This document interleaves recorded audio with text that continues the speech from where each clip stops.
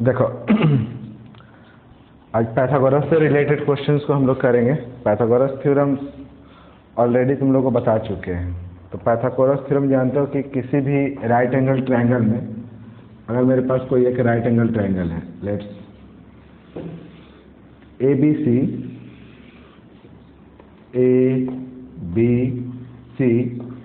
अगर एक right angle triangle है, राइट एंगल एट बी, तो हम लोग जानते हैं कि जो लार्जेस्ट साइड होता है, लार्जेस्ट साइड का जो स्क्वायर होता है अदर टू साइड के स्क्वायर के सम के बराबर होता है। मतलब यहाँ से AC स्क्वायर जो होता है वो इक्वल होता है AB square plus BC square. कुछ इससे रिलेटेड सिंपल सा क्वेश्चन है, उसको पहले हम करवा देते हैं एंड देन उसके बाद जो प्रूफ है उसको हम लोग करवाएंगे। बस क्वेश्चन हम जल्दी जल्दी बता देते हैं, बस समझते जाओ। जैसे एक क्वेश्चन है, मान लिए कि पहचानना है, अगर मान लिया मेरे पास किसी ट्रायंगल का 3 साइड्स दिया हुआ है और 3 साइड्स दिया हुआ और हमको पहचानना है कि whether it is a right angle triangle और नॉट। जैसे मान ली कि हम दिया हुआ है 9 सेंटीमीटर, 16 सेंटीमीटर एंड 18 सेंटीमीटर। अब ये आइडेंटिफाई करना है आपको कि whether it is a right angle triangle और नॉट। तो सबसे पहले क्या करना है कि जो दो स्मॉलर साइड है उसका स्क्वायर का सम करना। मतलब कि यहाँ से स्मॉलर साइड कौन सा है, 9 और 16, तो 9 का स्क्वायर करेंगे और 16 का स्क्वायर करेंगे। ये हो गया आपका 81 और प्लस यहाँ से आ गया आपका 256, आपका आ गया 7, यहाँ से 13 और यहाँ से 337। फिर लार्जर साइड का स्क्वायर करना। लार्जर साइड कौन सा है, 18 का स्क्वायर करना, 324। अब इन दोनों का स्क्वायर का सम और इसका स्क्वायर इक्वल नहीं ना है, इन दोनों का स्क्वायर का सम आया 337, इसका स्क्वायर आया 324। मतलब कि ये राइट एंगल ट्रायंगल नहीं है।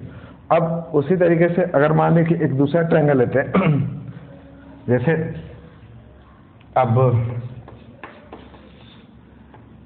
7 सेंटीमीटर, 24 सेंटीमीटर और 25 सेंटीमीटर। अब इसको शो करना है कि ये राइट एंगल ट्रायंगल है या नहीं। तो सेम तरीका, पहले दो स्मॉलर का स्क्वायर का सम करेंगे। तो दो स्मॉलर कौन हो गया, 7 का स्क्वायर प्लस 24 का स्क्वायर। 7 का स्क्वायर हो गया आपका 49 और प्लस 24 का हो गया 576, आपका आ गया 625। यहाँ से अगर हम 25 का स्क्वायर करें तो 25 का स्क्वायर होता है 625। मतलब यहाँ से 7 का स्क्वायर प्लस 24 का स्क्वायर इक्वल टू 25 का स्क्वायर, है ना। तो ये राइट एंगल ट्रायंगल है। तो इस तरीके से हम, मेरे पास अगर किसी ट्रायंगल का 3 साइड्स दिया हुआ रहे तो हम आइडेंटिफाई कर सकते हैं कि whether it is a right angle triangle और नॉट, पहला चीज। अब दूसरा है कि इसको इरेज कर दे।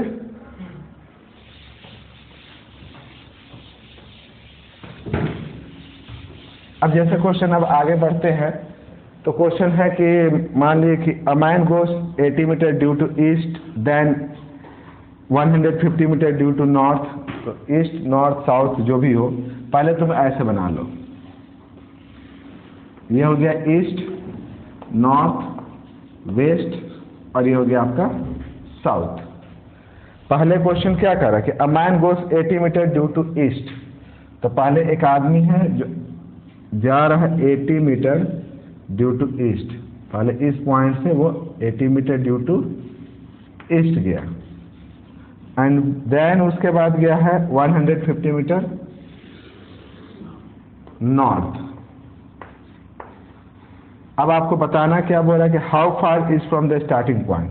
तो ये इसका स्टार्टिंग पॉइंट था, ये इसका फाइनल पॉइंट है। स्टार्टिंग पॉइंट से कितना दूर है, तो स्टार्टिंग पॉइंट से अगर इसकी दूरी निकालने की यही ना है, तो अब ये निकालना चाहिए तो राइट एंगल ट्रायंगल है। तो हम अगर मान लें कि ए बी सी, तो हमको ए सी निकालना है। तो ए सी निकालना है तो हम लोग जानते हैं यहाँ से कि ए सी का स्क्वायर बराबर होता है ए बी का स्क्वायर प्लस बी सी का स्क्वायर। अब यहाँ पे ए बी आपका कितना है 80, 80 का स्क्वायर और वो हो गया 150 का स्क्वायर।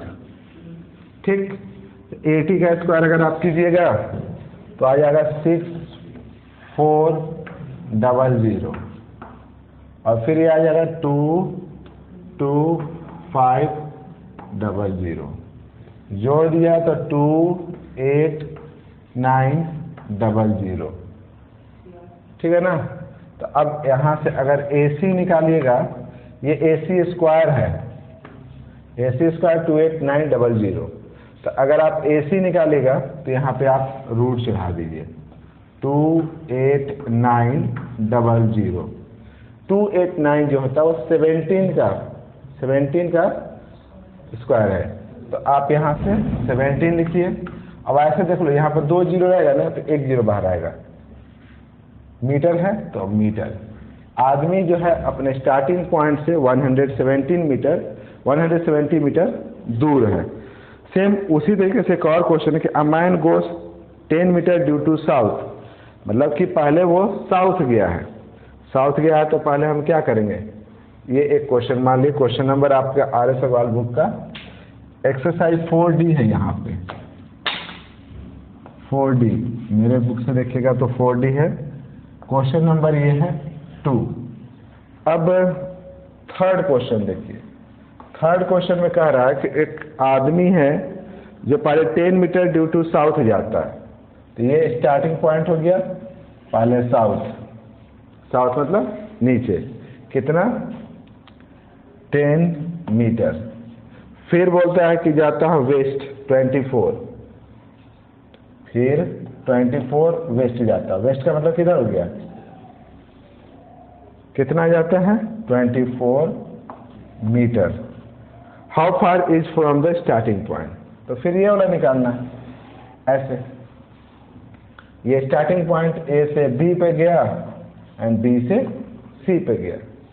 तो फिर वही बात कि लिखेंगे A C square equal to A B square plus B C का स्क्वायर। अब यहाँ से अगर ए सी निकालना है तो रूट चढ़ा दीजिए, या रूट लास्ट में चढ़ाना, पहले ए सी स्क्वायर ही रहने दो। ए बी कितना है आपका 10, यूनिट को भी लास्ट में तुम लिख सकते हो 24 का स्क्वायर। 10 का स्क्वायर 100 और 24 का 576, आपका आ गया 676। तो ए सी बराबर आपका आ गया √606, मतलब कि 24 मीटर। ये आपका 26 मीटर, 26 मीटर। ठीक ना। फिर लैडर से रिलेटेड क्वेश्चन है। लैडर जानते हो ना कि अगर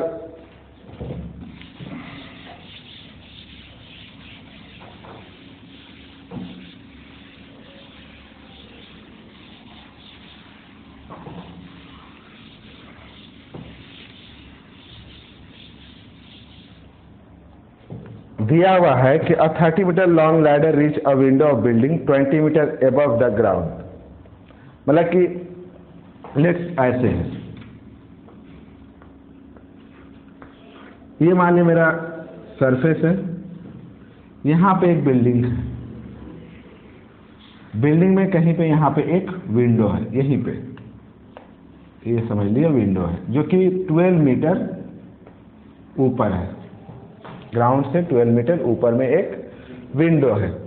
इस विंडो पे एक सीढ़ी लगाए हैं जो कि 13 मीटर लंबा सीढ़ी है। तो सीढ़ी तो यहीं से लगाएंगे,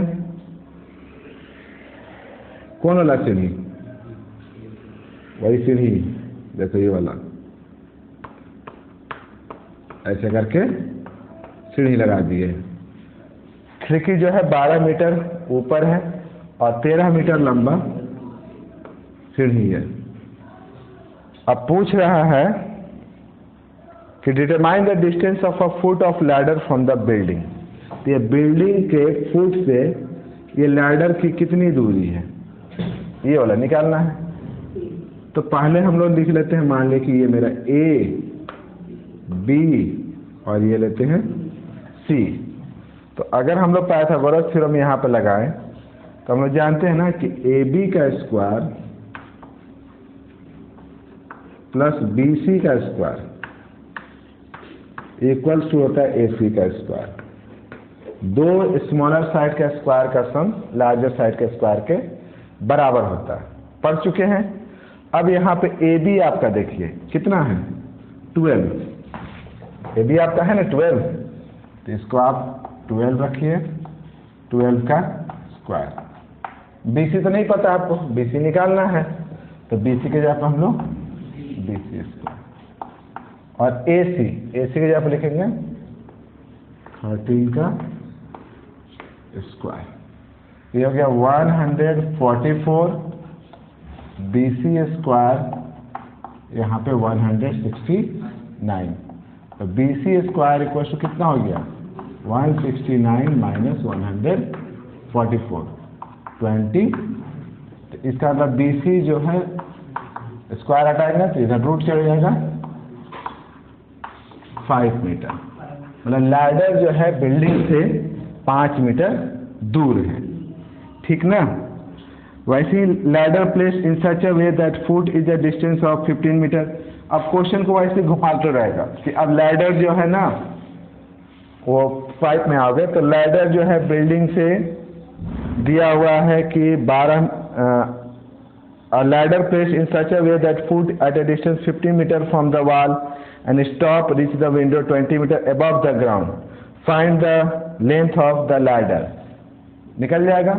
मतलब आप उस क्वेश्चन में, अब क्वेश्चन को थोड़ा सा अगर चेंज करें इसी को, तो अब देखो इसको लैडर को ऐसे ही रहने देना, इस सबको ऐसे हटा देना। कह रहा है अब क्वेश्चन में कि जो लैडर है वो वॉल से आपका 15 मीटर दूर है, ये 15 मीटर दूर है और 20 मीटर ऊपर रीच करता है, ठीक है ना। अब लेंथ ऑफ आपका लैडर निकालना है, तो एक फार्मूला लगाएंगे ना, A C square equals to A B square plus B C square, तो निकल जाएगा, निकल जाएगा ना, निकल जाएगा। उसी तरह से है कि 2 वर्टिकल पोल, इस क्वेश्चन को बता देते हैं।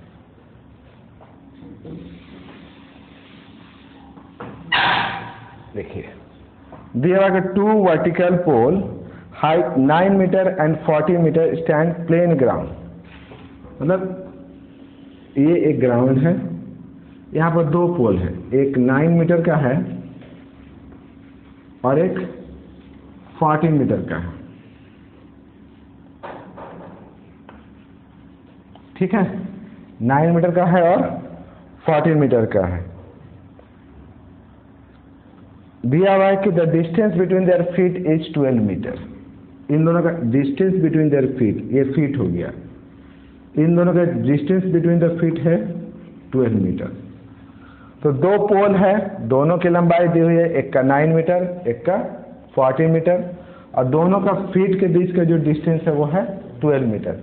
बोल रहा है कि find the distance between there top. तो दोनों का टॉप देखो तो कहाँ पे है, तो ये आपका टॉप है, ये दोनों का टॉप का बीच का डिस्टेंस आपको निकालना है। तो उसके लिए क्या करोगे, पहले यहाँ से एक स्ट्रेट लाइन ऐसे खींच दो और आपको ये वाला डिस्टेंस निकालना है, डिस्टेंस बिटवीन टॉप निकालना है ना, तो आपको ये निकालना है, ये वाला डिस्टेंस निकालना है। इसको ऐसे मिला दिए यहाँ से, ये एक ट्रायंगल बन गया, राइट एंगल ट्रायंगल, यहाँ पर ऐसे मिलाना, इसको यहाँ से ऐसे मिला दिए। अगर ये 12 मीटर है, ये भी आपका कितना होगा 12 मीटर। ये देखिए यहाँ से यहाँ तक 9 है, तो आपका यहाँ से यहाँ तक आपका 9 मीटर होगा।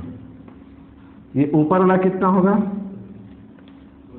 ये पूरा 14 है, देखो ये पूरा 14 मीटर है ना, और नीचे वाला पोर्शन आपका 9 मीटर हो गया, तो ऊपर वाला पोर्शन कितना बचा 5 मीटर, तो 9 और 5 14 मीटर हुआ ना। तो ये ट्रायंगल का अगर बात कीजिए तो ट्रायंगल का ये वाला पोर्शन 12 मीटर, ये वाला पोर्शन 5 मीटर, आपको ये निकालना हाइपोटेनस, निकल जाएगा।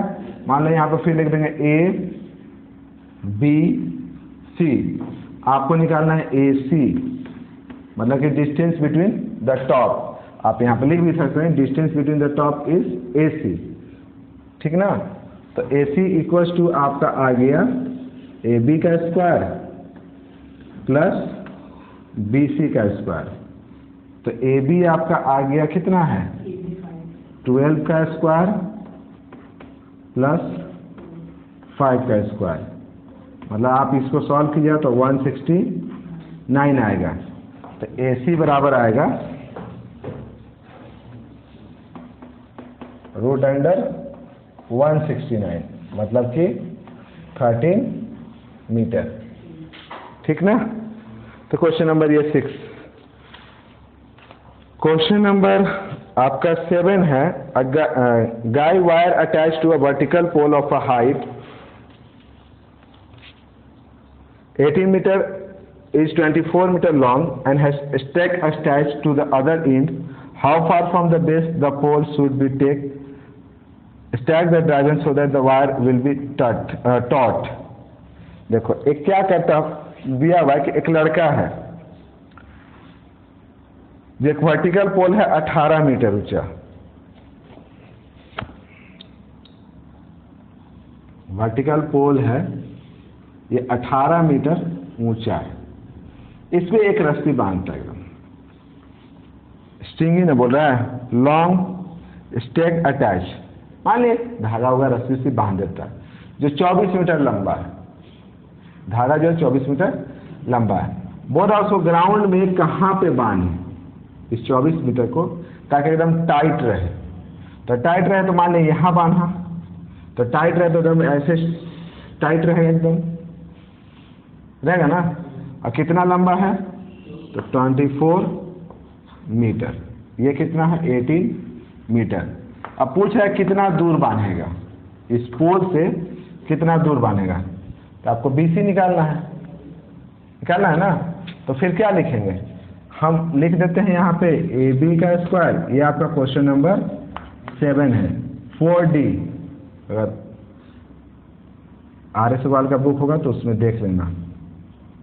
तो यहाँ से हम लोग लिखेंगे AB का स्क्वायर BC का स्क्वायर इक्वल्स टू AC का स्क्वायर। तो यहाँ से AB तो मेरा मालूम है 18, BC नहीं मालूम है, AC मालूम है 24। 18 का स्क्वायर 324, BC का स्क्वायर नहीं मालूम, और ये आपका गया 576।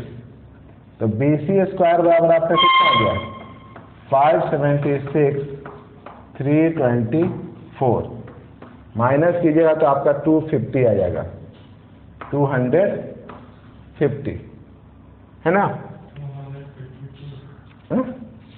252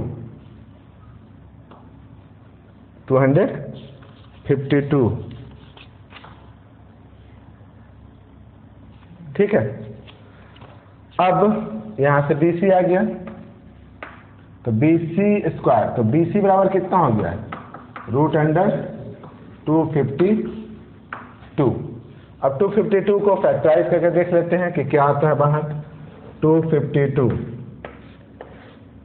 तो 1 1 2 6, फिर 2, फिर कितने बार में 6 3, फिर 3 बार में 21, फिर 3 फिर 3 बार में 7।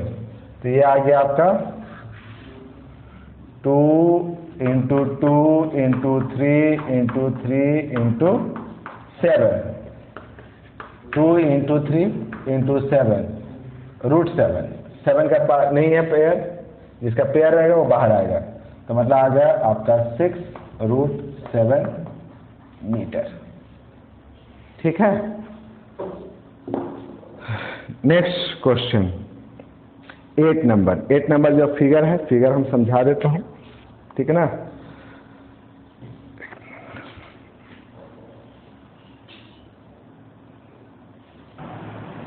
क्वेश्चन नंबर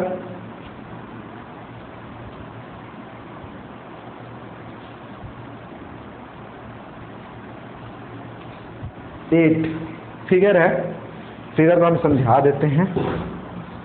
देखो ये क्वेश्चन आपका सीबीएसई में आया हुआ भी है।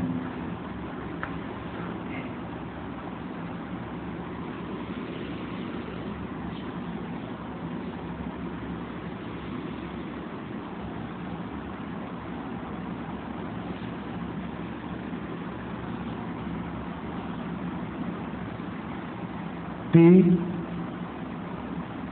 Q R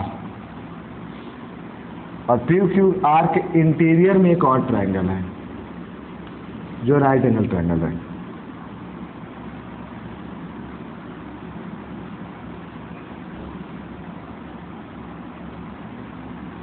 P O are ये आपका दिया हुआ है 6 सेंटीमीटर 8 सेंटीमीटर, ठीक है ना। फिर यहाँ पे है 24 सेंटीमीटर 26 सेंटीमीटर, ठीक। तो इन द गिवन फिगर, अगर ये फिगर देखोगे तो सब कुछ तो दिया हुआ है। फिगर देख के समझ में आ रहा है ना। In the given figure O is the point inside a triangle P Q R और पी ओ आर जो है वो 90 डिग्री है। उसके बाद दिया हुआ है आपका पी क्यू दिया हुआ है 24, क्यू आर 26 और ये सब चीज़ दिया हुआ है। बस ये शो करने बोल रहा है कि ट्रायंगल पी क्यू आर एक राइट एंगल ट्रायंगल है। तो पी क्यू आर को अगर हमको राइट एंगल ट्रायंगल प्रूफ करना है तो पहले ही बता चुके कि इसमें दो साइड के स्क्वायर का सम थर्ड साइड के स्क्वायर के बराबर होना चाहिए। तो पी क्यू आर को अगर हमको राइट एंगल ट्रायंगल प्रूफ करना है तो पी क्यू तो मालूम है, क्यू आर भी मालूम है, लेकिन पी आर नहीं मालूम है। तो सबसे पहले हम लोग पी आर को फाइंड करते हैं। तो पी आर को फाइंड करने के लिए हम लोग ट्रायंगल आ जाते हैं पी ओ आर में। तो पी ओ आर में आप देख रहे हैं कि यहाँ पे 90 डिग्री है। तो 90 डिग्री के सामने वाला को हम लोग क्या कहते हैं? हाइपोटेनस। तो लिखेंगे इन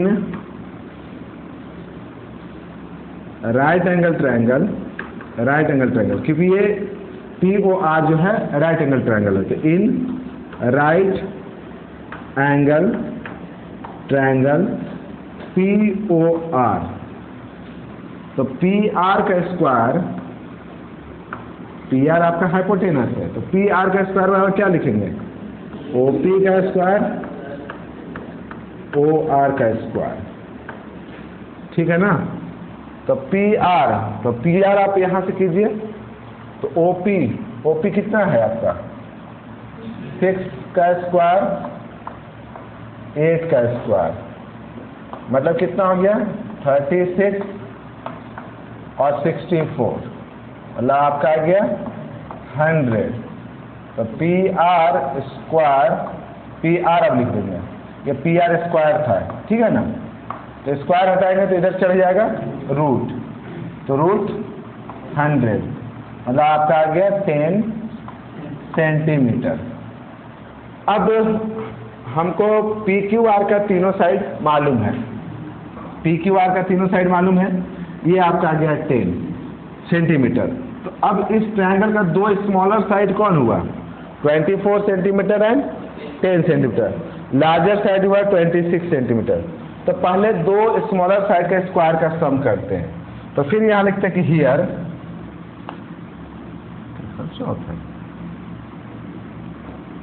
हियर पी क्यू का square,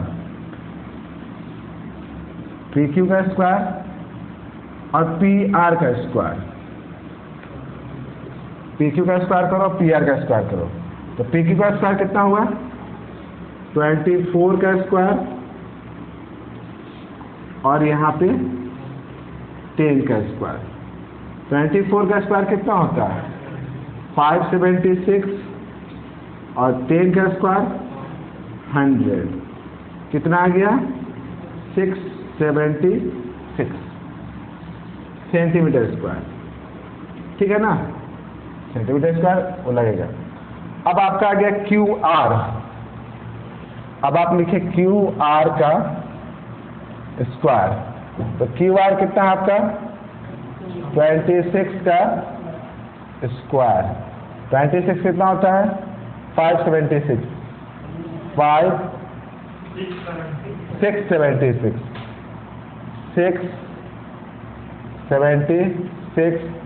centimetre square.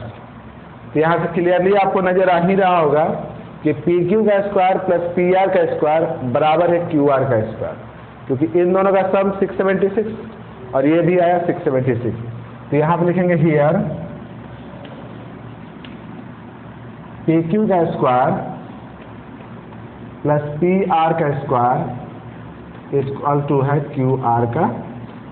Therefore triangle P Q are is a right angle, right angle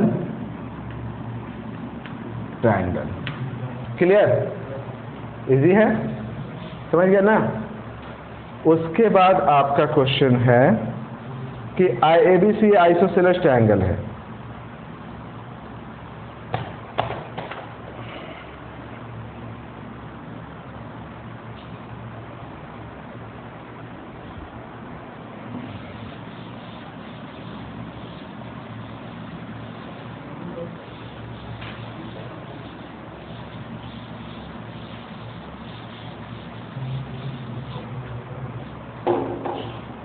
देखिए, triangle ABC is an isosceles triangle with AB equals to AC 13 centimeter.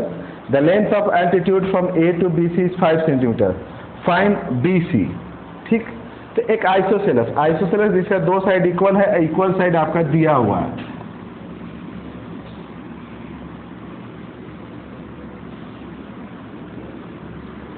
मान लीजिए ये isosceles triangle है A B and C। दिया हुआ है कि इसका इक्वल साइड जो है वो 13 सेंटीमीटर ईच है। 13 सेंटीमीटर AB एंड AC भी आपका 13 सेंटीमीटर। और A से एक एल्टीट्यूड ड्रॉ करते हैं। हमेशा याद रखना कि अगर आइसोसेलेस में कोई भी एल्टीट्यूड ड्रॉ करेंगे अपोजिट वर्टिसेस पे, यहाँ से अगर हम एल्टीट्यूड ड्रॉ करेंगे तो ये अपोजिट साइड को परपेंडिकुलरली बाइसेक्ट करता है। तो यहाँ से अगर एल्टीट्यूड खींचें तो ये क्या किया कि इन दोनों साइड को इक्वली बाइसेक्ट कर दिया, मतलब ये पार्ट और ये पार्ट दोनों बराबर होगा। और ऐसे भी 90 डिग्री है, तो 90 डिग्री है तो तुम निकालोगे तो वही आएगा। ये एल्टीट्यूड दिया हुआ है आपका 5 सेंटीमीटर।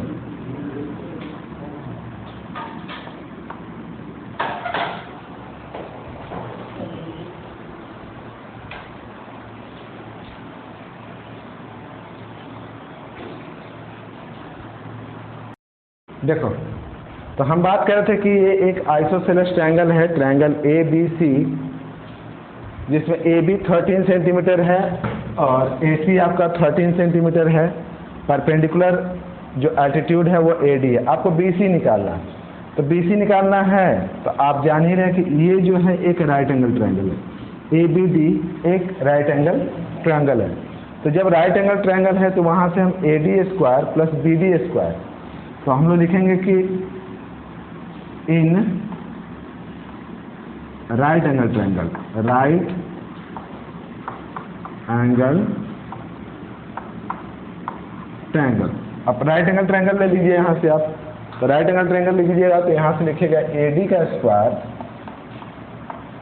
प्लस BD का स्क्वायर बराबर क्या आएगा? AB का स्क्वायर आएगा ना। अब AD यहाँ पे आपका कितना है? 5 का स्क्वायर। BD तो मालूम नहीं है तो BD को छोड़ दो। और AB कितना है? 13। तो डायरेक्ट निकाला BD का स्क्वायर 169 और 5 का स्क्वायर 25, उधर गया तो माइनस तो BD का स्क्वायर आपका हो गया 144। तो BD बराबर आप लिखिएगा √144 मतलब 12 सेंटीमीटर। क्लियर? तो ये हो गया आपका क्वेश्चन नंबर 9। क्वेश्चन नंबर अगर आप 10 देखिएगा, तो find the length of altitude AD of isosceles triangle in which AB equal to AC 2A and BC equal to A unit. Same है, एक ट्रायंगल है,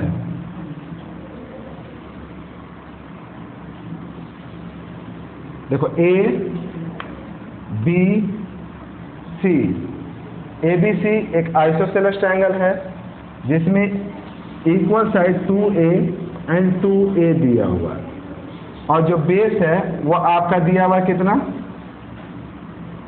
A। अच्छा, यहाँ पे आपको BC निकालना था ना, तो BC निकालना था तो जस्ट डबल कर देना, तो जितना हाँ तो डबल करना। तो जैसे यहाँ पे दिया हुआ AB 2A, AC 2A और BC आपका A दिया हुआ है, आपको निकालना है एल्टीट्यूड। एल्टीट्यूड निकालना मतलब यहाँ से परपेंडिकुलरली ऐसे करना। तो तुम जानते हो कि अगर ये पूरा का पूरा यहाँ से यहाँ तक A है तो ये जस्ट हाफ होगा, A/2, यहाँ भी A/2, यहाँ मान लिया आपको है D, तो आपको निकालना है AD। तो तुम जानते हो कि AD का स्क्वायर प्लस BD का स्क्वायर इक्वल टू AB का स्क्वायर होता है ना।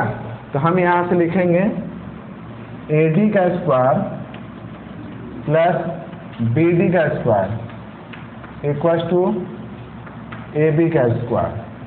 AD का स्क्वायर BD कितना है A/2A, AD का square A²/4, 4A², 4A² by 1, A²/4, ठीक है ना। इसको उधर लेकर माइनस कर दिए, एलसीएम ले लिया तो कितना आ गया 4, यहाँ पर आ गया 14A²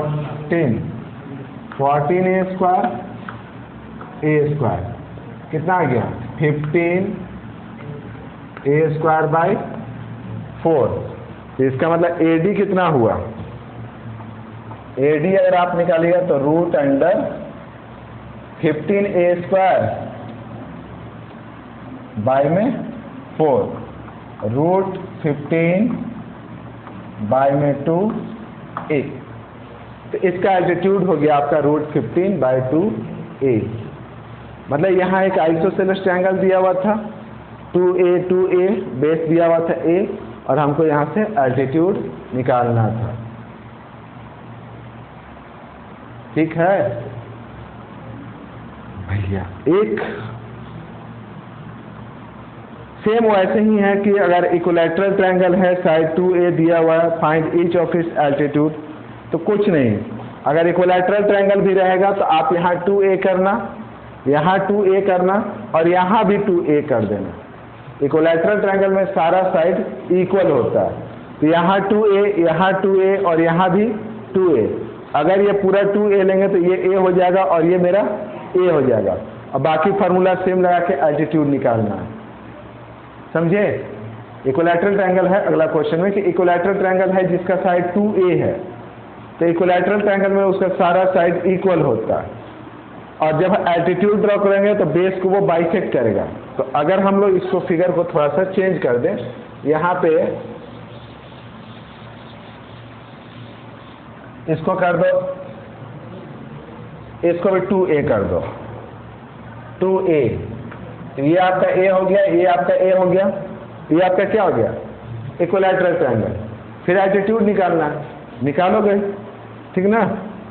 फिर है कि find the height of equilateral triangle side 12। अब जैसे 2A दिया हुआ था तो अब साइड दे देगा 12, ये 12, इधर 12, इधर ये पूरा का पूरा 12। अब हाइट निकालना है, तो भैया पहले हम 2a लिख रहे थे, अब 12 लिखेंगे, और यहाँ पे कितना लिखेंगे 6, यहाँ पे लिखेंगे 6। तो फिर यहाँ पर ऐसे हो जाएगा AD का स्क्वायर, अगर इसको हम लोग मान लिए AD का स्क्वायर BD का स्क्वायर इक्वल टू AB का स्क्वायर। फिर यहाँ AD तो हमको निकालना ही है, BD आपका हो गया 6 का स्क्वायर और 12 का स्क्वायर। फिर इसको सॉल्व कर दोगे, ठीक है ना, रूट में आएगा, रूट में ही रहने दोगे। फिर है कि find the length of diagonal of rectangle. Diagonal of rectangle, तो डायगोनल ऑफ रेक्टेंगल तो हमको लगता है क्लास 6 से ही तुम लोग पढ़ते आ रहे हो कि अगर एक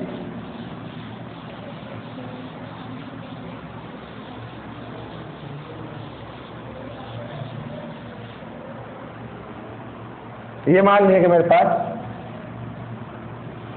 रेक्टेंगल है, अपोजिट वर्टिसेस को मिला देते मेरा क्या बन गया डायगोनल। ये लेंथ, ये ब्रेथ, ये डायगोनल, तो L square plus B square D square होता है, यह डी स्क्वायर। तो यहाँ से अगर डी निकालोगे डायगोनल ऑफ रेक्टेंगल तो हो जाता है root under L square plus B square. ये सब क्वेश्चन बचपन से पढ़े होगे, मतलब 65 क्लास से, तो इसको बना लोगे क्वेश्चन को। Find the length of each side of rhombus. Rhombus का अगर आपको साइड निकालना हो, उसका डायगोनल दिया हुआ, तो हमेशा याद रखना कि जो रोम्बस होता है, देखिए ये मान लिया आपका रोम्बस है, रोम्बस का जो डायगोनल होता है एक दूसरे को परपेंडिकुलरली बाइसेक्ट करता है। मतलब कि यहां से ये दो डायगोनल जो है, दो डायगोनल है, मान लिया कि ये मेरा D1 और ये मेरा D2 एक दूसरे को परपेंडिकुलरली बाइसेक्ट करेगा। परपेंडिकुलरली बाइसेक्ट करेगा मतलब कि यहाँ पे आपका 90 डिग्री बनेगा। इसको आप ले लीजिए A, B, C, D और ये O। तो ये जो O पॉइंट है वो AC का मिड पॉइंट है और वो BD का भी मिड पॉइंट है। तो अगर आप यहाँ से देखिएगा AO और OC दोनों बराबर होगा और ये बराबर होगा आपका D2/2 के, डायगोनल 2 का हाफ। जो भी यहाँ पे डायगोनल रखेगा उसका आधा कर देंगे, ठीक। और वैसे ही देखोगे तो OD बराबर होता है OB का और वो होता है D1 का हाफ। तो अब अगर आपको मान लिए, अच्छा ये देख रहे हो कि यहाँ से ये 90 डिग्री है, तो 90 के अपोजिट वाले को हम लोग क्या कहते हैं हाइपोटेनस। यहाँ भी अगर 90 डिग्री है तो 90 के सामने लोग हाइपोटेनस। तो अब यहाँ से देखोगे तो AB, अगर मेरे पास रोम्बस है तो रोम्बस में हम लोग लिख सकते हैं ना यहाँ से कि OA का स्क्वायर प्लस OB का स्क्वायर इक्वल टू AB का स्क्वायर। अब OA क्या है, तो OA देखोगे तो मान लिया कि डायगोनल दिया हुआ है, डायगोनल कितना दिया हुआ था, दो डायगोनल दिया हुआ है आपका 24 और 10। तो ये छोटा वाला जो है वो 10 है। तो ये अगर पूरा यहाँ से यहाँ तक अगर मान लिए यहाँ से यहाँ तक अगर ये मेरा 10 सेंटीमीटर है तो OA कितना हुआ यहाँ से यहाँ तक 5 सेंटीमीटर, ये आपका हो गया 5। और ये आपका BD जो है ये वाला दिया है 24, तो यहाँ से यहाँ तक कितना हो गया 12। तो अब यहाँ, और ये तो आपका साइड है, तो आप यहाँ से लिख सकते हैं ना कि AB square equal to OA का स्क्वायर OB का स्क्वायर। या एक सिंपल फार्मूला डायगोनल में याद रखना कि साइड का जो स्क्वायर होता है वो इक्वल होता है D1/2 का स्क्वायर बाई D2/2 का स्क्वायर। मतलब कि डायगोनल का हाफ का स्क्वायर का जो सम है ना वो साइड के स्क्वायर के बराबर होता है। डायगोनल का हाफ का, दोनों डायगोनल का स्क्वायर का मतलब हाफ का स्क्वायर का सम कर दोगे तो साइड के बराबर होगा। तो पहला डायगोनल कितना था 20, मतलब मान लो 10, लेट मान लीजिए 10, तो 10 का हाफ कितना हुआ 5 का स्क्वायर फिर 12 का स्क्वायर। तो A से स्क्वायर बराबर कितना हो गया 25 144 160 s बराबर रूट अंडर। ये फॉर्मूला याद रखना कि रोम्बस में जो साइड होता है, साइड का जो स्क्वायर होता है, डायगोनल का हाफ पे स्क्वायर के सम के बराबर होता है। तो तुम लोग कल इसमें क्वेश्चन नंबर 14 तक बना लेना, ठीक ना। उसके आगे प्रूफ है, तो कल हम लोग सिर्फ प्रूफ करेंगे, जो कि इम्पॉर्टेंट है और सीबीएसई में काफ़ी ज़्यादा आता है। तो हम लोग नेक्स्ट सेक्शन में सिर्फ प्रूफ करेंगे, ठीक ना। लो।